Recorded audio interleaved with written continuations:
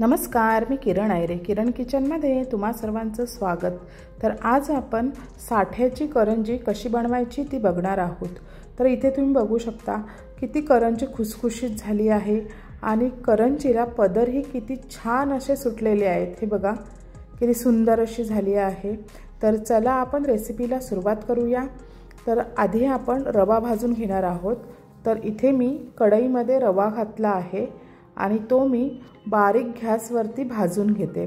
तर इथे मी बारीक रवा घेतलेला आहे. करंजी करताना जाड रवा घेऊ नका, बारीक रवा घ्या. आणि यामध्ये मी आता 3 चमचे तूप घालते.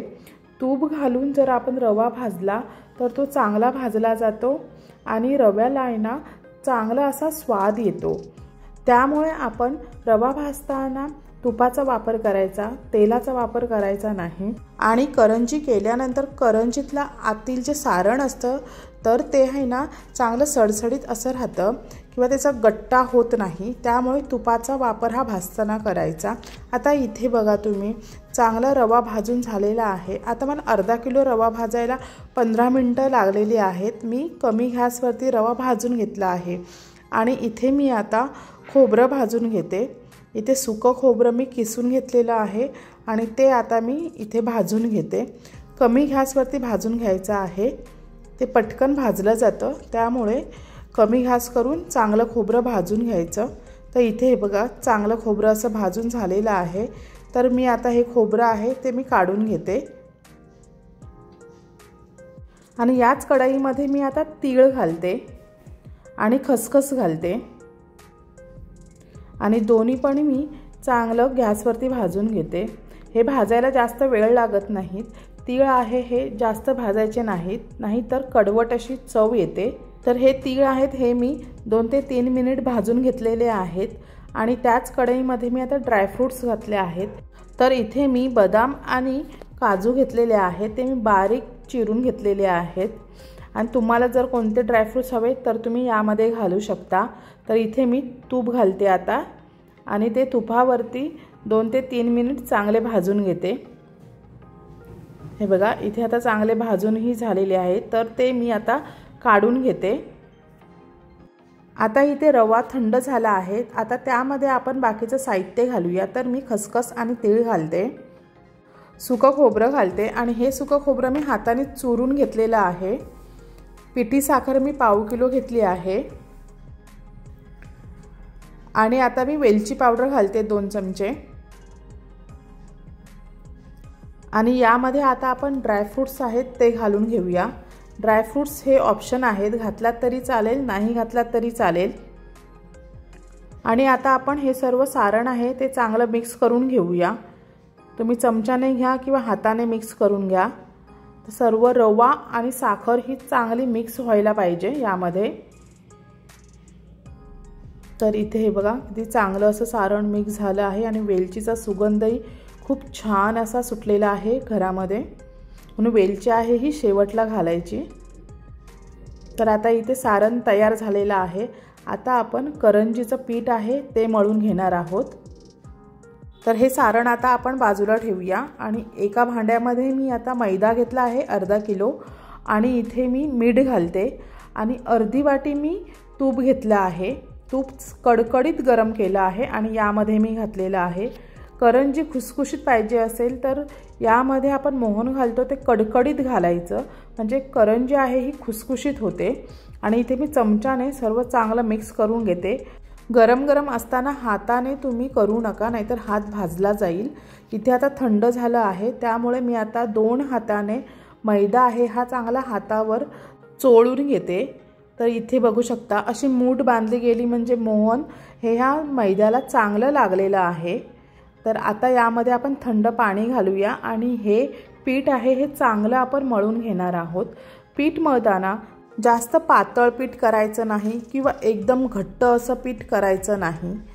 तर मीडियम पीठ मळायचं, म्हणजे जसं आपण चपातीला पीठ मळतो त्यापेक्षा थोडं घट्ट पीठ मळायचं. तर आता इथे बघू शकता हे पीठ आता मी मळलेलं आहे आणि बघा किती घट्ट आहे हे. तर आता हे पीठ मी आता बाजूला झाकून ठेवते 15 ते 20 मिनिटासाठी आणि नंतर आपण करंजी करून घेणार आहोत. तर आता आपण साठा तयार करून घेऊया.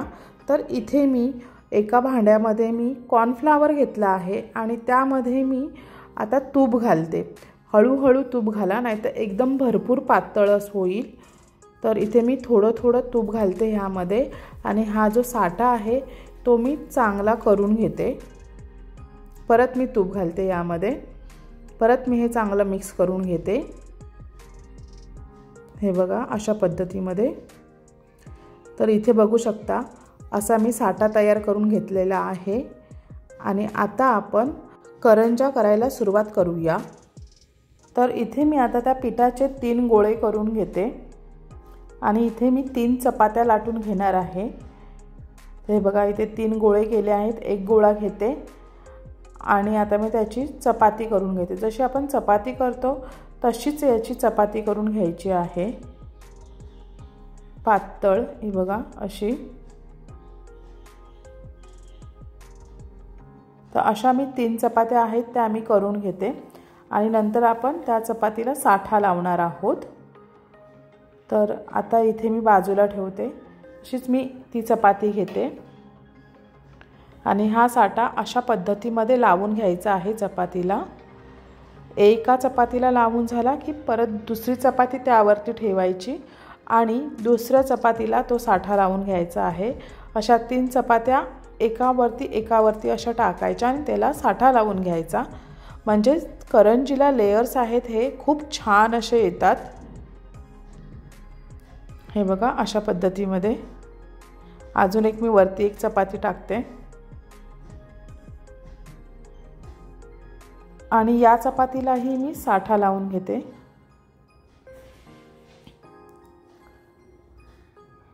आणि आपण एका बाजूने याचा रोल तयार करून घेणार आहोत। तर हे बघा अशा पद्धतीमध्ये या चपातीचा मी रोल तयार करून घेते। रोल करताना तो रोल घट्ट तयार करून घ्यायचा आहे, पातळ करायचा नाही। वरती वरती करीत गेलं असं नाही व्हायचं, असा घट्ट रोल तयार करून घ्यायचा आहे। हे बघा आणि असं गोल गोल फिरवून घ्यायचं आहे। जेवढे तुम्हाला जाड पाहिजे पातळ पाहिजे असं तुम्ही करून घ्या। आणि आता आपण हे कापून घेणार आहोत। जेवढ्या साईजचे तुम्हाला गोळे पाहिजेत त्या साईजमध्ये तुम्ही याचे गोळे करून घ्या, लहान मोठे। बघा मी या साईजवरती याचे गोळे कापून घेतलेले आहेत।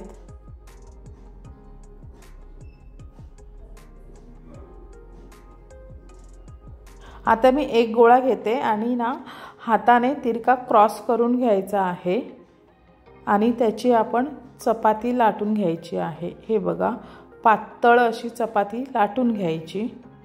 तर इथे मी साचा आहे, साच्याच्या मी करून घेणार आहेत। हे बघा इथे साचा आहे त्यावरती मी ही ठेवते आणि मी यामध्ये 2 चमचे चांगले भरून मी सारण घालणार आहे। आपण जेव्हा करंजीमध्ये सारण भरतो तेव्हा कमी सारण भरायचं नाही, भरपूर भरून असं सारण घातलं ना की आतलं सारण आहे ना हे चांगलं सुटसुटीत राहतं। तर इथे बघा मी अशी ही करंजी तयार करून घेतलेली आहे। ही बघा किती छान अशी करंजी झाली आहे। अजून एक मी तुम्हाला करंजी करून दाखवते। ही चपाती मी लाटून घेतली आहे। आता ही मी साच्यावरती ठेवली। 2 चमचे मी सारण घालते यामध्ये।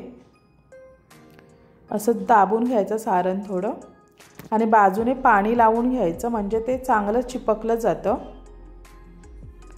आणि ही बंद करायची आणि हे बघा आता इथे ही करंजी तयार झालेली आहे। हे बघा सर्व करंजा एका मापाच्या आहेत। तर अशाच मी सर्व करंजा करून घेतलेल्या आहेत। आता मी तेल गरम केलं आहे चांगलं आणि त्यामध्ये आता ह्या करंजा मी सोडते। मीडियम गॅसवरती ठेवायचं आणि ह्या करंजा आहेत ह्या एका बाजूने 2-3 मिनटं आणि एका बाजूने 2-3 मिनटं अशा फ्राय करून घ्यायच्या आहेत। तर सुरुवातीला झाऱ्याचा वापर करू नका, नाहीतर त्या करंजा नाजूक असतात ना तर त्या कुस्करल्या जातील। तर हे बघा इथे अशा पद्धतीमध्ये ह्या सर्व करंजा आहेत त्या फ्राय करून घ्यायच्या आहेत। तर कलर पण बघा किती छान असा आलेला आहे करंजीला आणि करंजीला ना पदर ही किती चांगले असे सुटलेले आहेत, तुम्ही बघू शकता। हे बघा किती चांगले असे सुटलेले आहेत पदर। यातील एक करंजी मी तुम्हाला फोडून दाखवते। ही बघा किती खुसखुशीत झालेली आहे ही करंजी। जर तुम्हाला आवडली असेल तर तुम्ही चॅनलला लाईक, शेअर आणि सबस्क्राईब करा। तर चला भेटूया अशीच एक नवीन व्हिडिओ घेऊन। तोपर्यंत नमस्कार।